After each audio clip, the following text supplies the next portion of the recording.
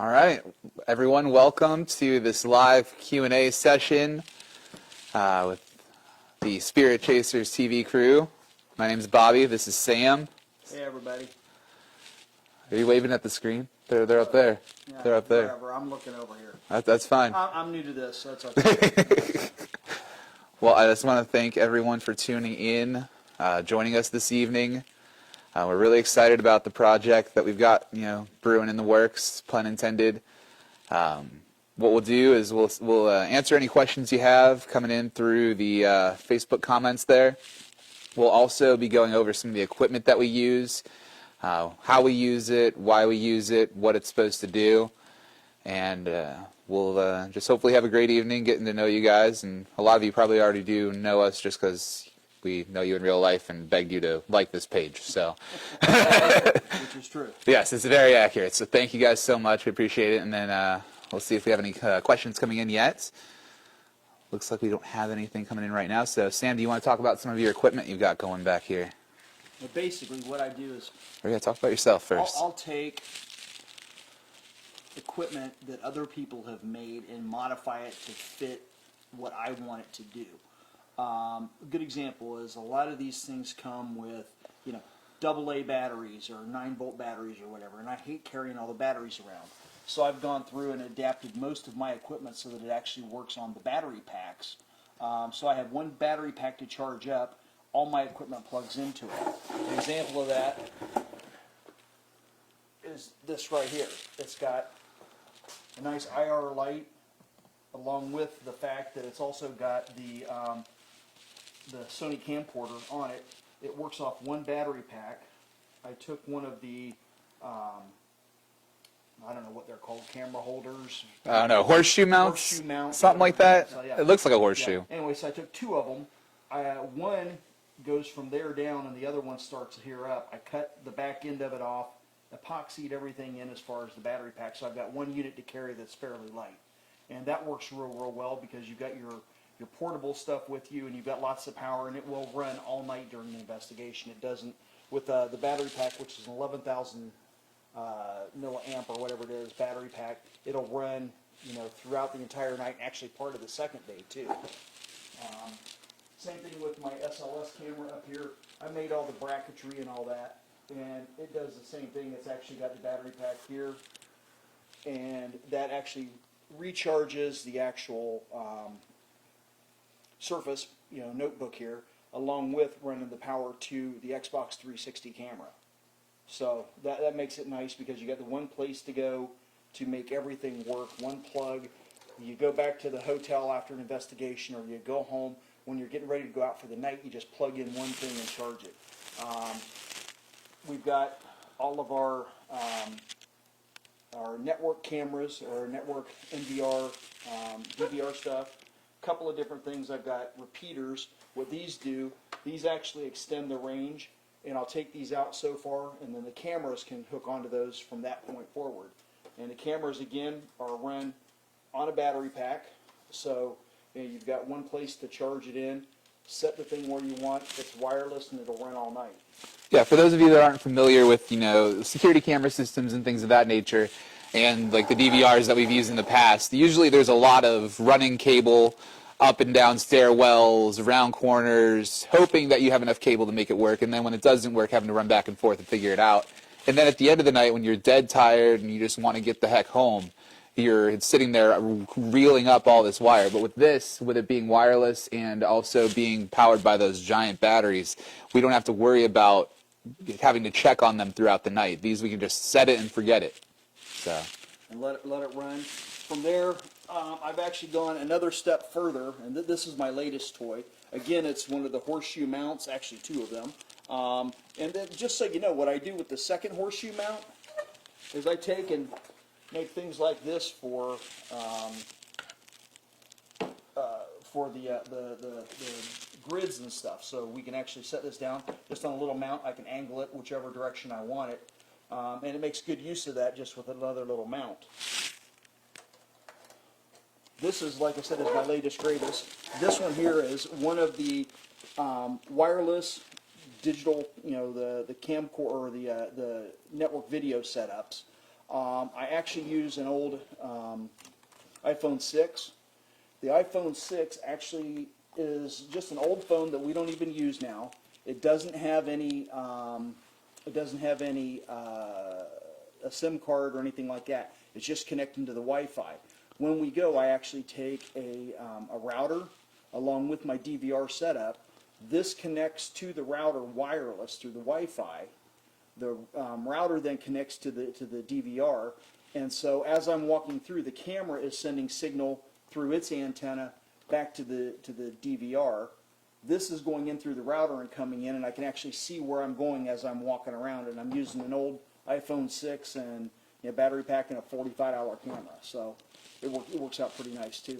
And I have it set up for both my Samsung and for the iPhone, whichever I want. So Very cool. Yeah, the mobility of that piece of equipment right there is pretty incredible, and the fact that it just sends all the video footage back to the DVR, records it there, and on top of that, if we do want to share what we're doing live, like we're doing right now, we can just stream it right from that DVR and have that full mobility, which is really hard to do. Right now we're using my camcorder to do this live Q&A, but it still has to be wired in. This takes that out of the equation, so it's pretty cool. We do have one comment here from Robin. Hi, Robin. Or I guess the comment, I'll reply properly. Hey! Hey, Robin, how are ya? Thanks for joining us this evening. We definitely appreciate you stopping by, Robin. Again, if anyone's watching and has questions, please definitely type them down below in the comment section or to the side. I'm not sure where it's showing up for you. But, yeah. Well, what's this right here? We'll talk about this a little bit. This is a glorified spirit box. Some people call it a portal, others don't. It's basically a 3-amp stereo amplifier connected with an SB7. I use the magnets like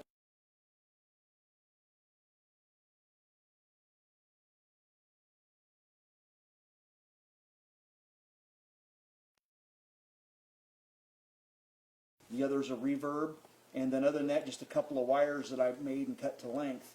And with that, what happens is it amplifies the SB7, because as many of you know, the SB7 volume levels suck, and they're hard to hear.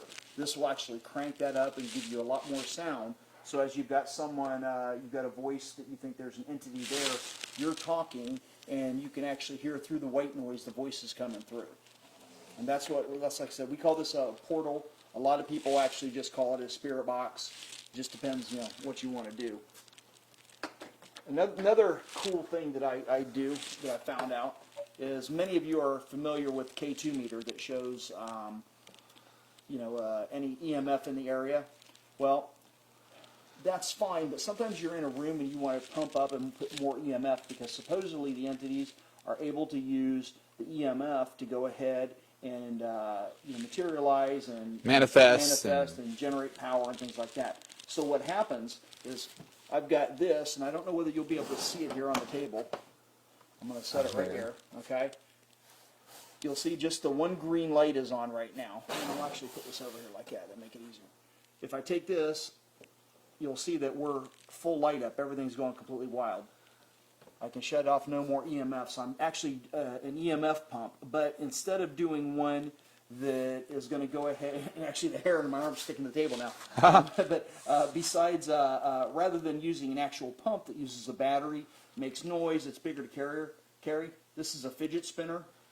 I use 3 rare earth magnets that I just stick on there, and you'll see I can make a thing go live or go off depending upon what I'm doing. So that was a neat thing, and you can make that thing for dirt cheap. I think I paid $10 for the metal EMF or the metal fidget spinner, and it was like $5 or $6 for the magnets or something. So thank you, Robin. I appreciate you sharing this post to your groups. So hopefully we get a few more viewers in here, get a little bit more interaction. Again, if you have any questions for us or want us to talk about anything at all, please go ahead and leave it in the comments section below or to the side, wherever it's showing up for you. So let's see here. We've kind of gone through a lot of the equipment we have, but this is one of my favorite things, though. This is actually a kind of like a motion, vibration, sensitive, light-up ball. And we've had a lot of luck with these in the past where, you press the button and it'll, light up for motion and everything. But then as you set it down, it turns off.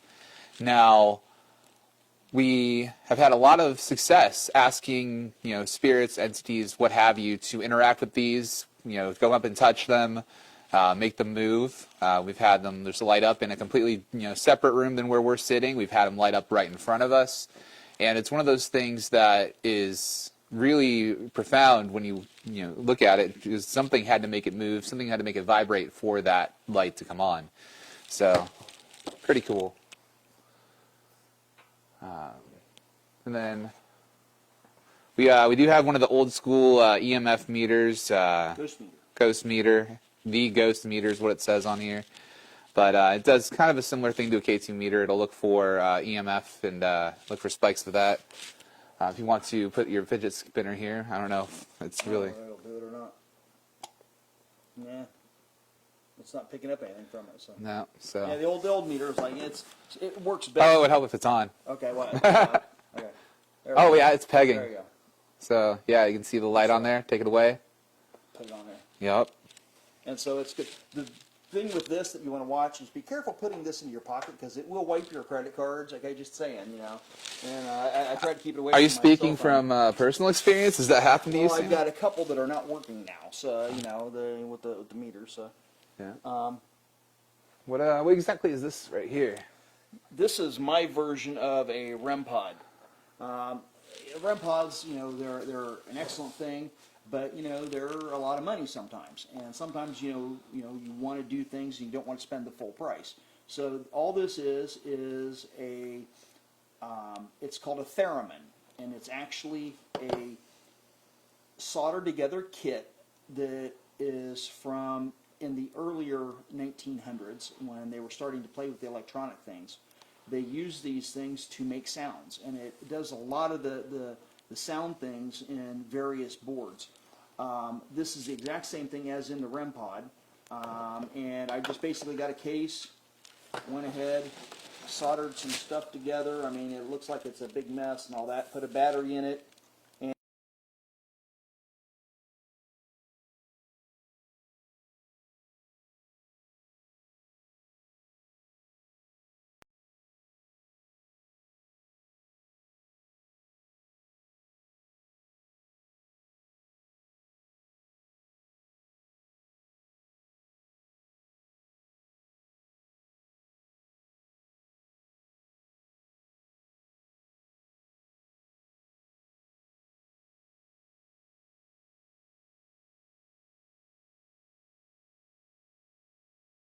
Be able to hear us. There we back. go. Yep, we're back. So go ahead, Sam, just in case we were gone for a little bit, explain how that works again. So basically, I don't know whether you saw anything. It's basically an electronics board and a battery and some lights. Now my lights, I got one of my wires crossed here, so the lights part aren't working.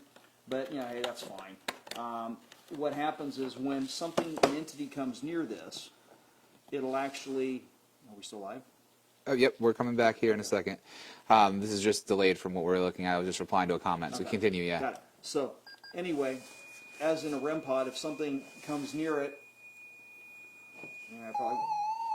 you'll get noises and things like that, so let's pick up. We got a comment here from Chris, who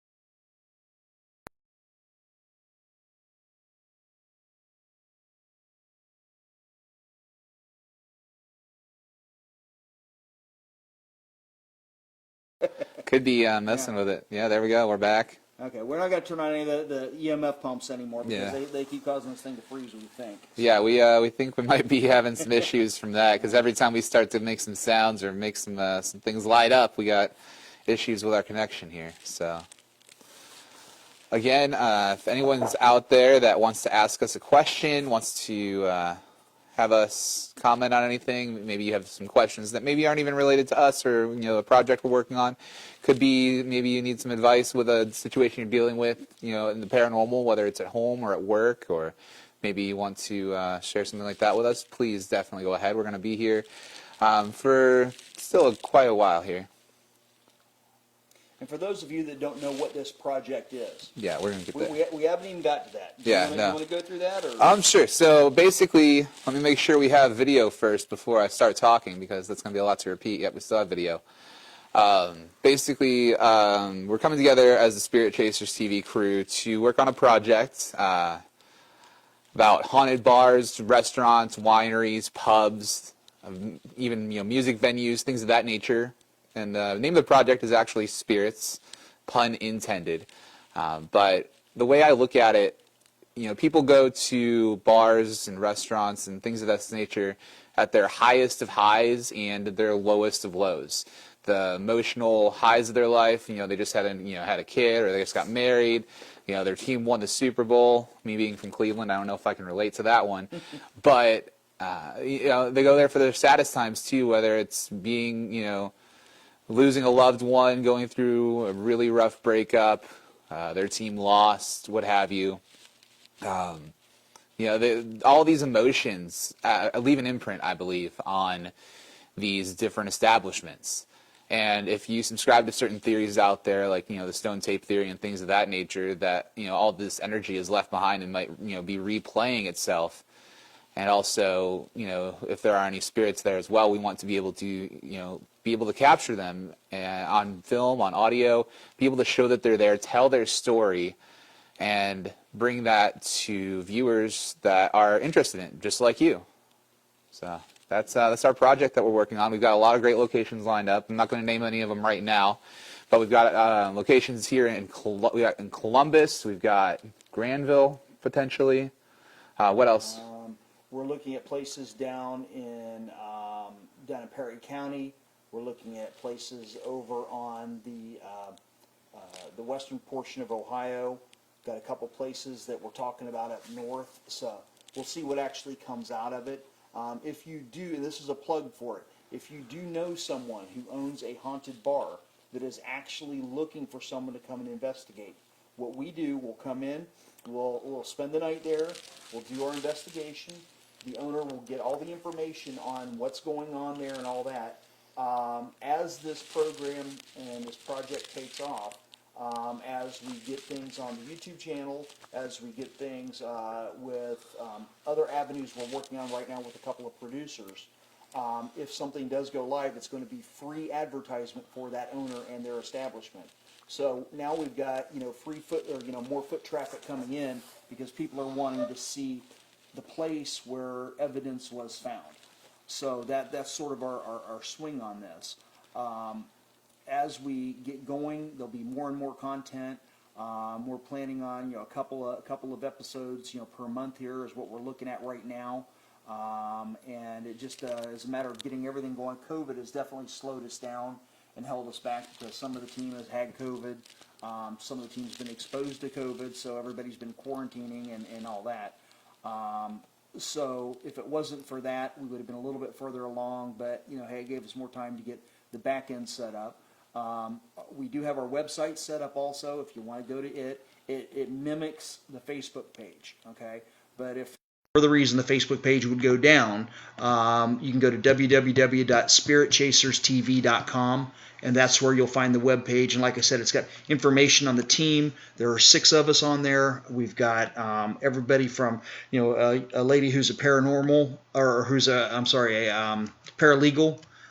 We've got a girl. What does Misty do? Misty's she does. Was it office manager? Office manager. Yeah, she's an office manager. And she's an awesome mom, too. Right, absolutely. So. We've got Bobby works for a grocery chain. I own an insurance agency. Ted works for the Department of Corrections. Brandy, Misty. Oh, and Erica. I forgot my daughter. Okay. Whoops. My daughter works, she's an artist and does a lot of things. She's the one who actually designed our Spirit Chasers logo here. So she does that. So very diverse group, a lot of different backgrounds, different takes at it. Some of the people are sensitive in the group. We have a medium in the group. Some people are not very sensitive. Some of us are working on it. So as that comes to fruition and gets bigger and bigger, we're going to be more perceptive of the things that are going on as we experience them.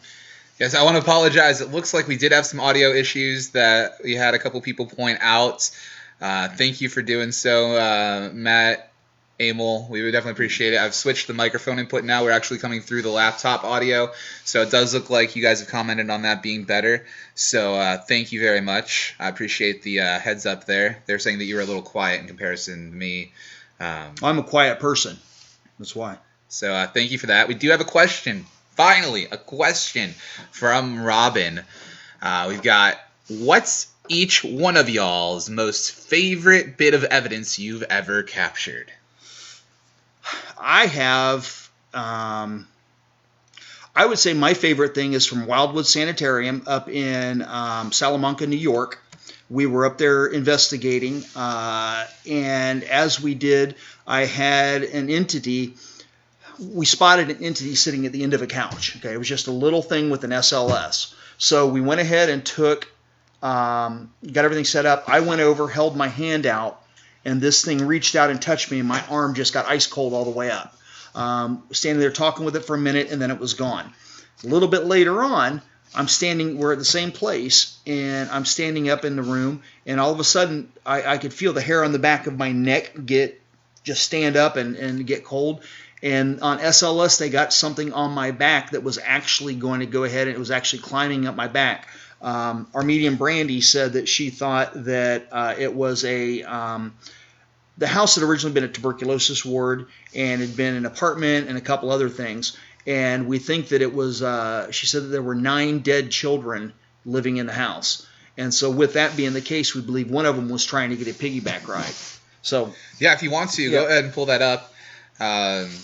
We'll go ahead and show you off of Sam's phone in the future as I get more used to OBS and the way it works, and we're prepared for those video drop-ins. We can have some stuff queued up so that we can show you full screen with full audio. But Sam's going to pull that up on his camera or on his phone here. One of my favorite pieces of evidence, actually I'll go with 2 of them. Both of them took place at St. Albans Sanatorium in Radford, Virginia. We were having all kinds of crazy evidence and crazy experiences throughout the whole evening, and the young half of our group, the 20s and 30s, we kind of broke it up by age, 20s and 30s, and then the elderly. Sorry. But we broke it up like that. But I think that ended up working maybe to a disadvantage for us in the sense that with all of us young folk being so scared and ready to have to change our drawers, we were getting consistently and more evidence and experiences happening to us in a way that was trying to make us uncomfortable.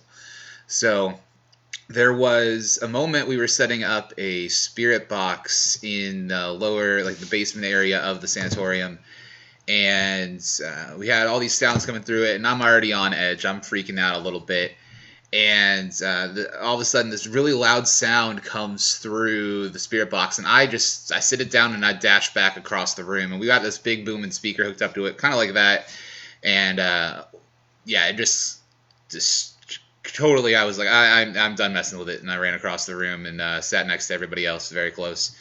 But we, as we do, we go back and we look at the footage, a week or 2 later, and as I'm reviewing the footage from that instance, it turns out that loud sound or voice that came through there that I heard that really rattled me ended up being my voice saying, "There I am."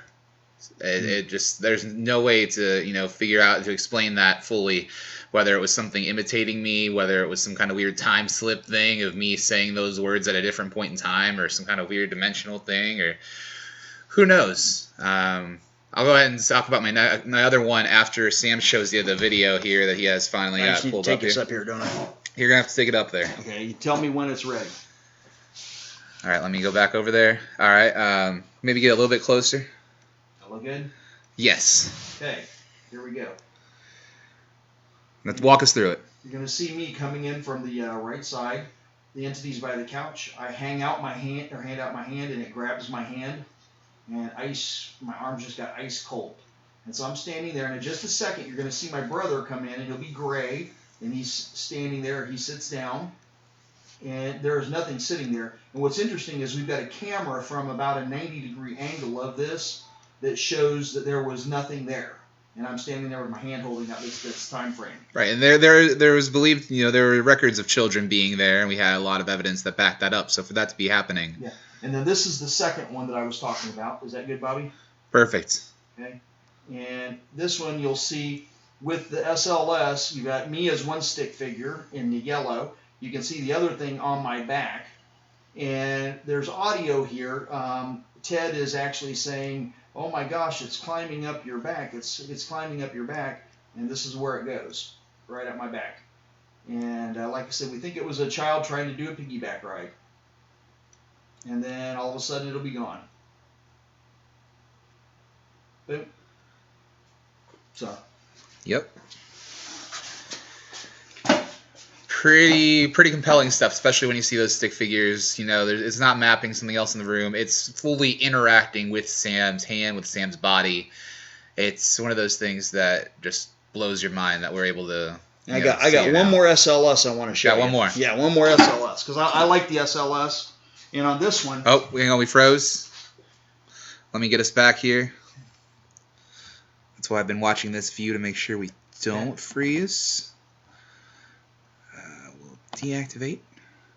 We'll reactivate, and there we are. Okay, and on this one, this is from a private residence investigation here on the east side of Columbus. A little boy, 4 years old, and his 2-year-old sister. Little boy is on the autistic spectrum and has a little bit of some abilities, and so he was drawing things in. And he and his sister were talking about the big black man that was in their room. And when they say black man, they were not talking about the skin color of a person. They were talking about a black figure that went all the way up to the ceiling. Well, this is what we caught. Hold on, Sam. I think we're losing some video. It says connecting to live video. Waiting for live video.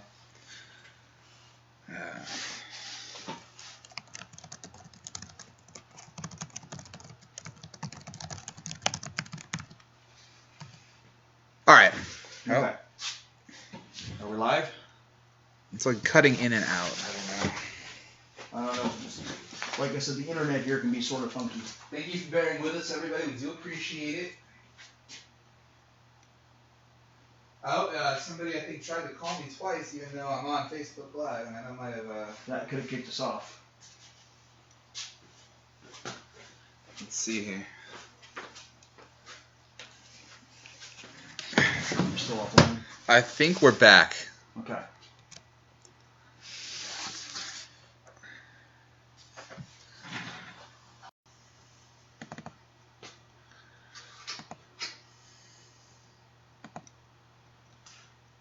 All right.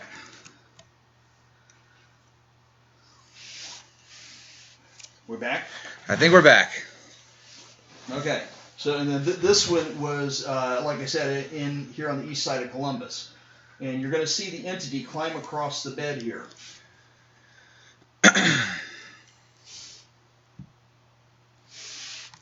And it'll go over and it'll stand up in the corner. You can see the difference in the shading there right by the corner. And there it is up in the corner. And this is what the children were actually seeing.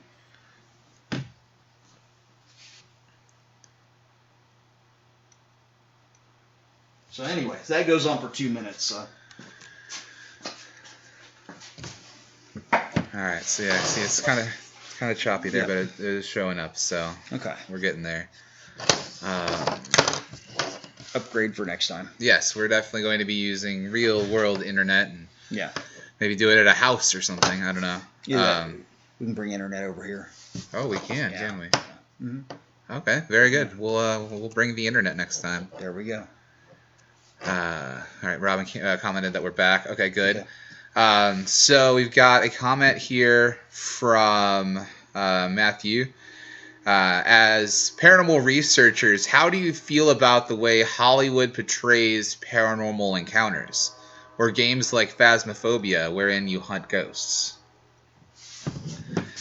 So I think that we kind of have to make a distinction between Hollywood and then some of those paranormal investigation shows. Now, if you're talking about Hollywood, you're talking about horror movies and things of that nature. I think that the creative license is there for whatever they want to do because they're trying to tell their story.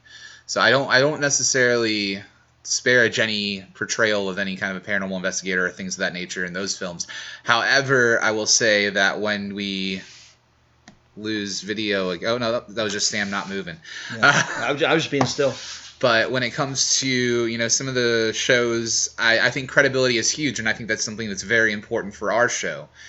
And I really want to keep the integrity alive, and sometimes I'll see, it being overloaded with audio effects or music or, questionable, shots on camera and things of that nature.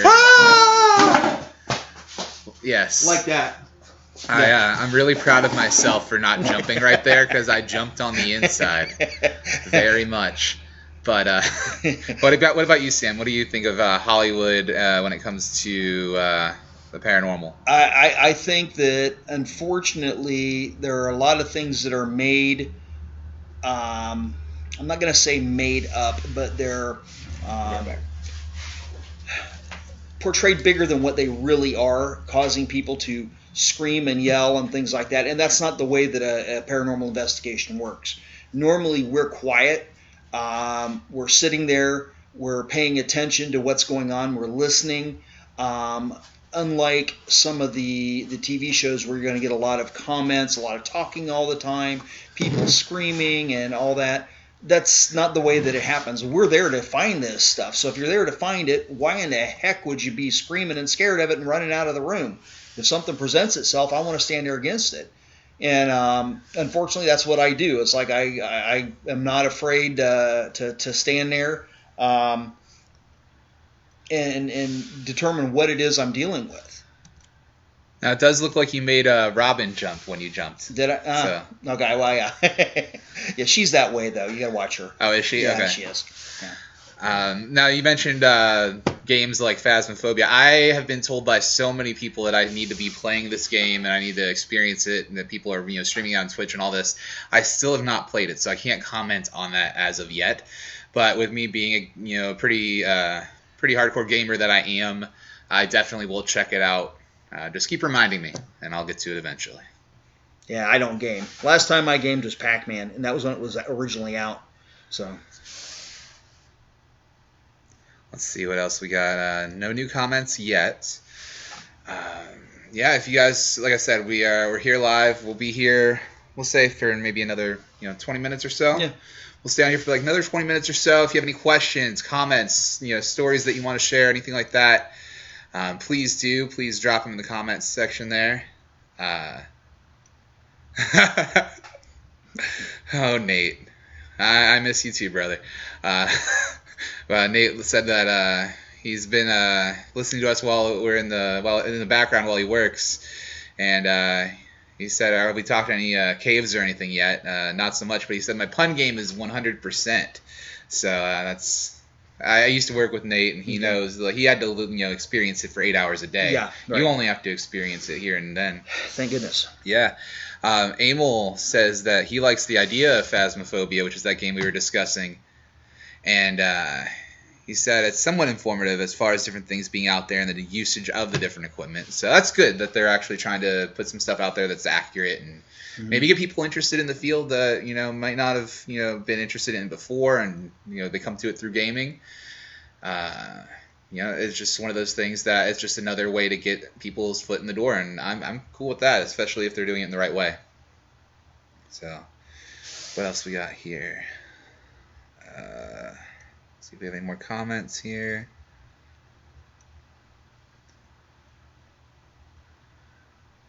What would you say, Sam, the most scared, the most rattled you've ever been on an investigation would be?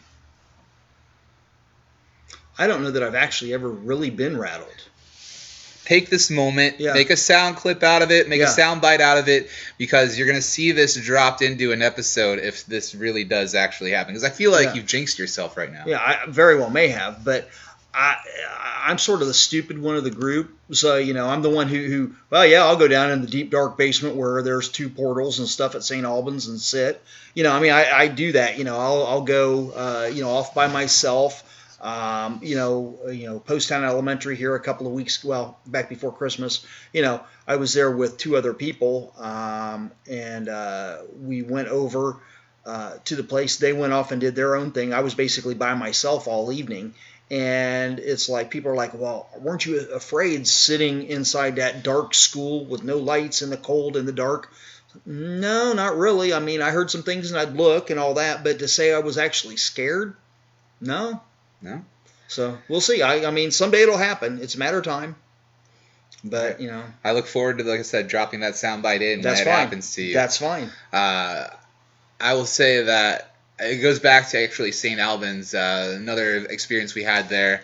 When we got there, they were telling us all these stories about, you know, the goat man that wanders around, and there's a creepy crawly thing that goes down the hallways and the ceilings. And to myself, I'm kind of chuckling. I'm being respectful, but inside, I'm just like, there might be a line that I draw, but you know, I'll sit in the room, you know, sit in an empty room for 8 hours and talk to, you know, air, hoping I speak to a spirit. But that's besides the point.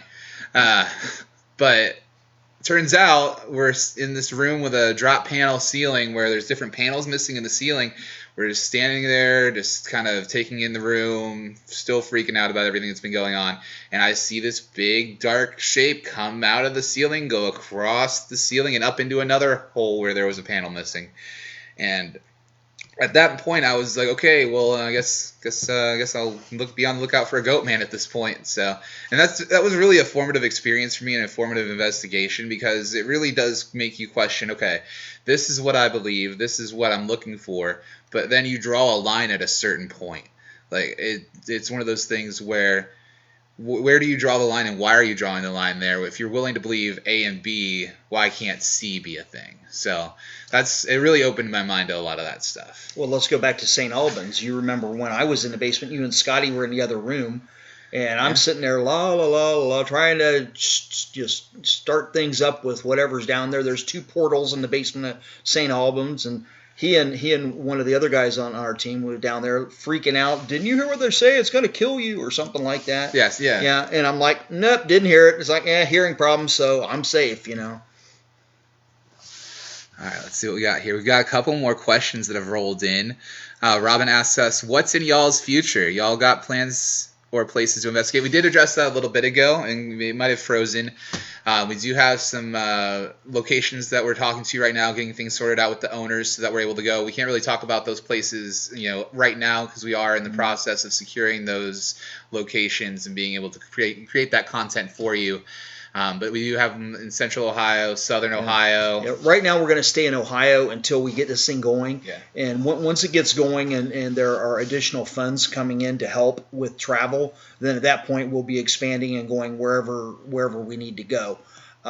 So with this group, that's going to be sort of just Ohio as of right now. Yeah. Like I said, and we'll expand. Now with the other groups that we're involved in, you know, we go all over the place. We'll be hitting up. Was it Grant Cast? Is that what? We're going to Bel Air House over in Bel Air, Ohio, which has a whole lot of conjuring and entities and stuff like that over there. That's in March. In May, we're going to Vermont to Wilson Castle, which is like a 30,000 square foot castle. We get there Friday afternoon, like at 5 o'clock, and we leave it like by 11 o'clock on Sunday morning. The entire time we're spending the night in the castle, the whole 9 yards. So for 2 nights. So that'll be fun. And then beyond that group, we're going to, you know, the old South Pittsburgh Hospital down in Tennessee is one of the places that I'm probably going to have us go to here in October, along with places like Fairfield County Infirmary and Poasttown Elementary. And then we're looking at the old Paulding Jail too. We're talking with those people. So if we can get some of those places, that'll be a fun trip. And then the other portion of our group, we actually do the home residential stuff. Yeah. So we keep busy in a bunch of different ways as far as, you know, helping people. And, you know, that's all stuff that we do that there's no charge for. We go to people's homes and help them.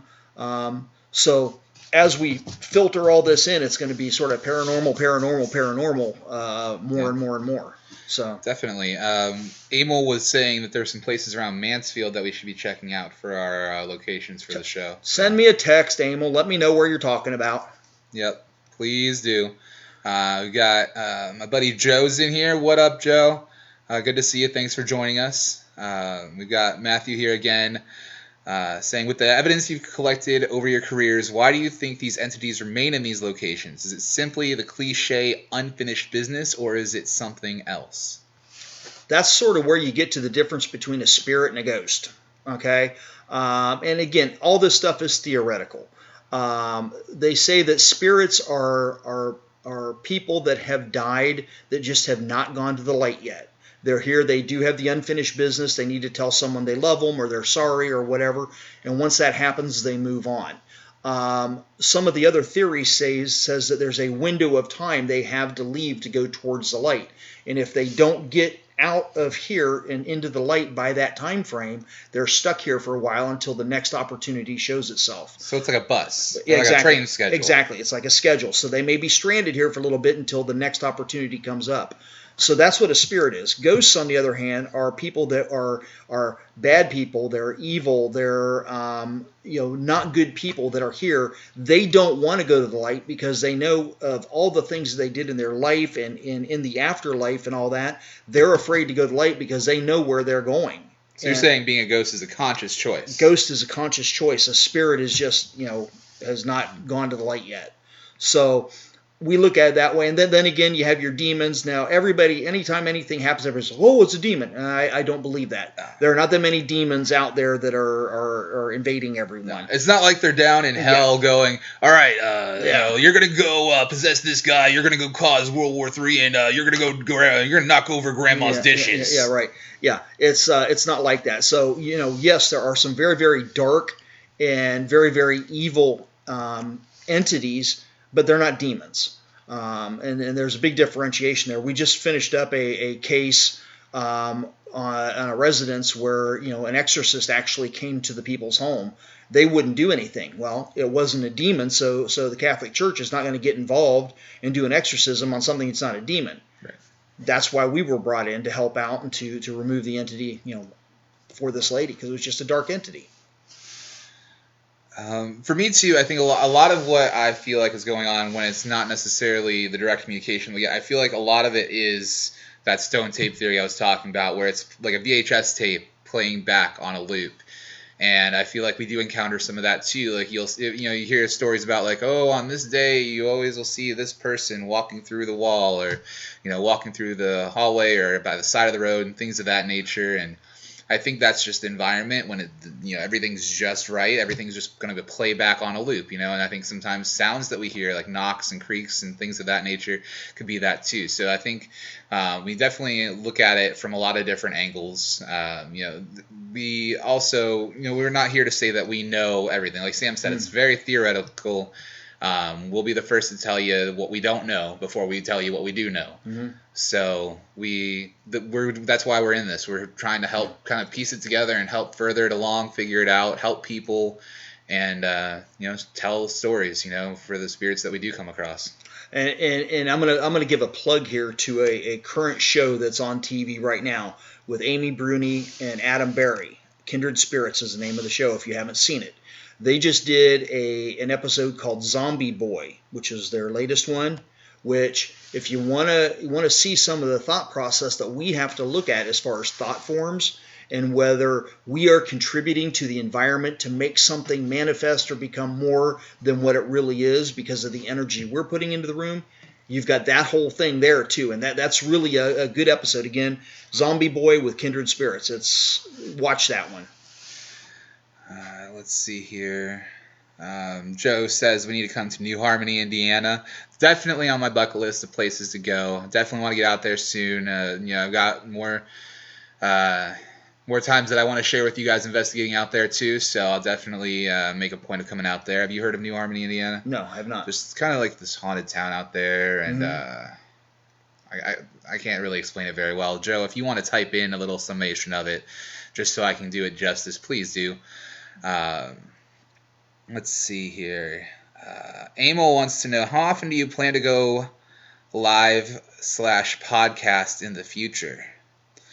He needs a manifest in his life. I don't know what that means. The show Manifest is wonderful on NBC, so definitely check that out. But I don't know. This is going to be something we're going to see. Hopefully, the stuff that we're going to be doing, is going to be coming directly from the investigations we're doing, and there could be some live stuff there. Yeah. I mean, there could, a lot of it I'm sure will be recorded.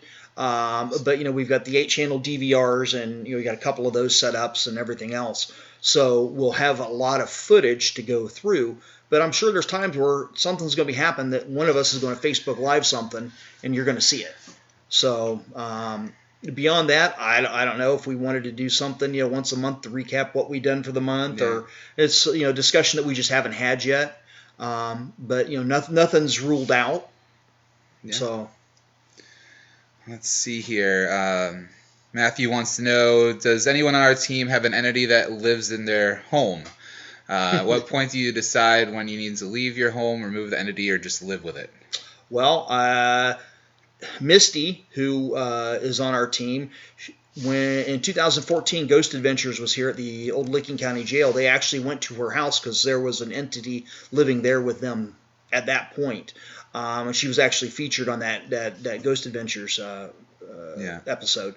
Bobby had something living at his place for a while. Yeah, we would have different items that would go missing and then come up weeks later, replacing something else that was taken. We had there was a child at the apartment that actually got dragged across the bed. So, there could be two origins of that. There was a gentleman, if you go to diedinhouse.com, you can actually run your address and see if anyone's ever died there. You can also see if there was ever a house fire or a meth lab there, too, so definitely check it out. It's only like $12, and I'm not getting anything for saying that. It's just a really cool thing to do. But definitely think some of the activity might have been from that. And then someone that used to live with me, we believe that she had an attachment, and that was a large part of what was going on, and could still be affecting her to this day. But yeah, so the answer to the question, yes, definitely. We've definitely dealt with a lot of that stuff. And one of the girls on the team, Brandy, she's actually got somebody, the previous owner of the house she's in lives with her.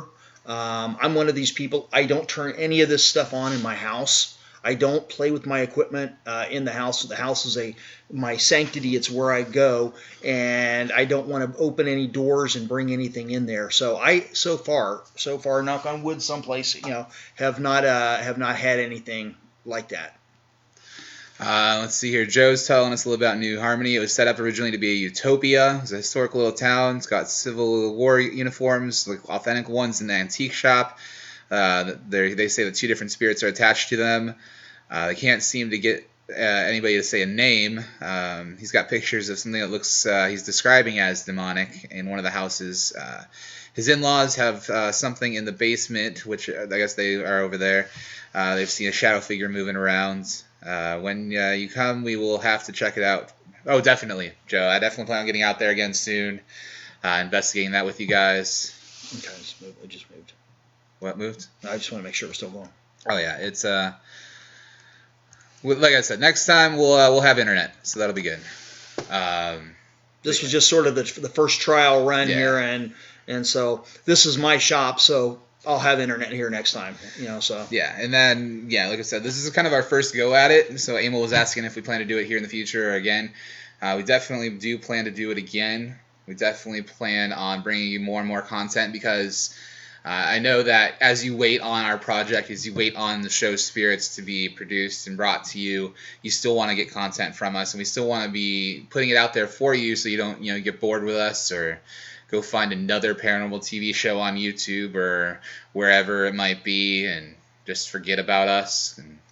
And we probably have room for at least 7, maybe 10 audience members to come in here if they need to. So once all the social distancing and all that's not a thing, or if you bring your vaccine card or whatever you want to call it, we'll do a live audience. We'll bust it out, like old school, like Regis and Kelly or something, or Regis and Kathy Lee if you want to take it even older school. Let's see here what we got going on here. So we're still we'll hang out here for another couple minutes here. We're edging up on the 9 o'clock hour. If anyone has any more questions for us, any comments, any stories, please go ahead and bring those to us right now in the chat. You'll see a comment section there. Go ahead and throw them in there, and we'll get them and we'll reply to them. There might be a slight delay as we're having the internet disagree with us right now, but we appreciate you guys for joining us for sure. We definitely will bring you more here in the future. Sam, do you have anything? Emil says, "Oh snap! Don't threaten him with a good time." Yeah. I'm not threatening you. Don't worry. Well, anyway, no. I mean, just thanks for tuning in here. Watch for us. We're going to be coming out with some good stuff. It's just a matter of, with the whole world the way it is today, getting everything going, being able to get into the places, and owners feeling comfortable with people coming into their places or whatever. And so as we work through this and get to the point where we can start developing more content, we will be doing that. We may release pieces here and there or whatever to little teasers to keep you interested.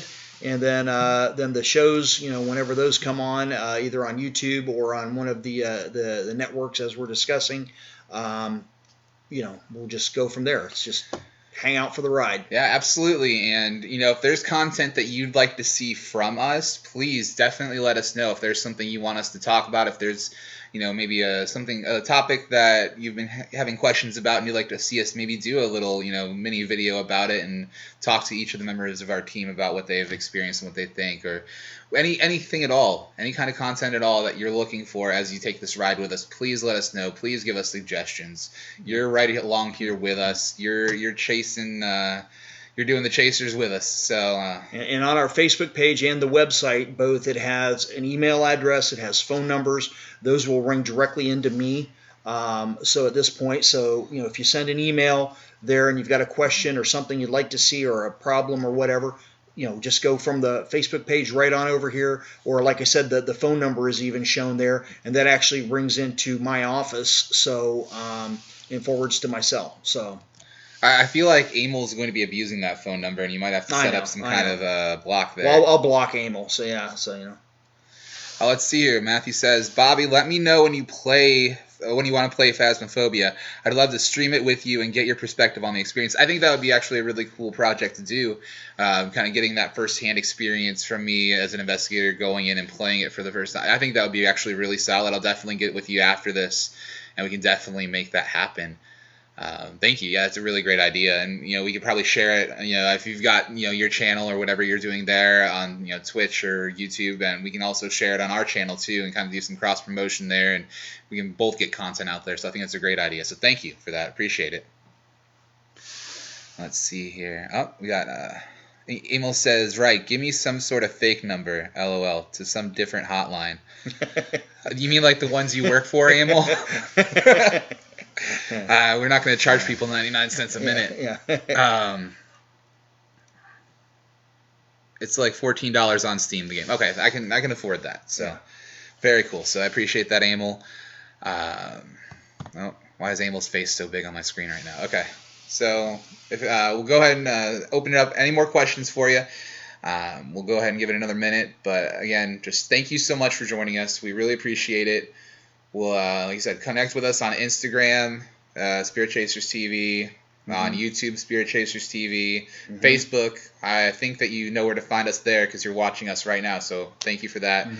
And just definitely be on the lookout because we're going to be having all kinds of content coming at you, and like I said, we'll be doing this again. And we got, let's see here. Joe, whose phone number did you put in the chat? I'm a little worried right now. Is that Yorkie's phone number? I really hope it's not. But and Emil says, shots fired, pew, pew. Yeah, right. But, all right, looks like we've kind of reached the 9 o'clock hour, so we'll wrap it up. Again, thank you so much. Thanks to Sam for joining me. Say good night, Sam. Good night, Sam. There you go. You got where I was going with it. Yeah. All right, thank you guys again. Oh, Matt's got one last question, then we'll answer, then we'll leave us. All right. What do you love most about being a paranormal researcher? That's a good way to end it, I think. Well, it's just the thrill. I mean, really, it's a thrill seeker thing. It really is. You're out there. unfortunately, paranormal investigating is like fishing. Sometimes they bite, sometimes they don't. Luckily, with the group that we have, we work very, very well together, and there's a good chemistry, and we almost always end up with something. I mean, it's really pretty amazing. Some groups, are happy with 2 or 3 things when they go investigating, and we get 15 and we're upset. So it works out well because of what we're doing, the cross section of people that we've got, and it's the team that has gelled together that is what's making this whole thing happen. Because everybody has their own thing they contribute to it, and we all let each other's strengths play for that. So we have people who do one thing, people who do another, whatever, and everybody does their strength, and it all works out. Yeah, I think, like Sam said, the people, it's a big thing for me. Being surrounded, by this second family that I have, it's crucial. It's my support system. It's who I hang out with even outside of this. Like, I'll come down and hang out with Sam and watch him work on cars, so I can try and learn some stuff from them. Just like it's that experience, that fellowship. And also, like, there are so many places, aside from all these cool experiences, like, I feel like I want to touch on more than just the experiences and the evidence. Like, yes, I do love those things. But when we talk about the things about the research that I enjoy, going to all these different places around the country that the average person, unless you're doing this, is not going to be able to get into. Like, you're not going to be able to just walk up into Buffalo Central Train Terminal. You're not going to be able to walk into the old Licking County Jail and have free reign over it, or Mansfield Reformatory, or the Statler City Hotel up in Buffalo, or wherever. And there's a lot of history and a lot of cool buildings, and a lot of, you just see stuff from the 17 and 18 and 1900s, and that's where some of the interest is. It's like it's just a cool place to be. Yeah, to be set foot in that history and take in this beautiful craftsmanship and take in that history. Like, if we go somewhere and it's super quiet the whole night, we don't get a lot of evidence, but it was just an incredible building and someplace I've always wanted to go, and I had a great experience that way, I'm okay having traveled however far and spent however much money to get there, because I got to experience that. So, yeah, I guess we'll go ahead and wrap it up. It looks like we're done with our questions, but thank you guys again. Again, this is Sam. I'm Bobby. See you guys. We'll see you later. Have a great night, and we'll be talking to you guys soon. I'm going to wait to end it for a minute, just so you know, because I don't want it to cut us off because it's delayed, but I guess I can go ahead and go back to this so that we don't have to sit here on audio. Goodbye, everybody.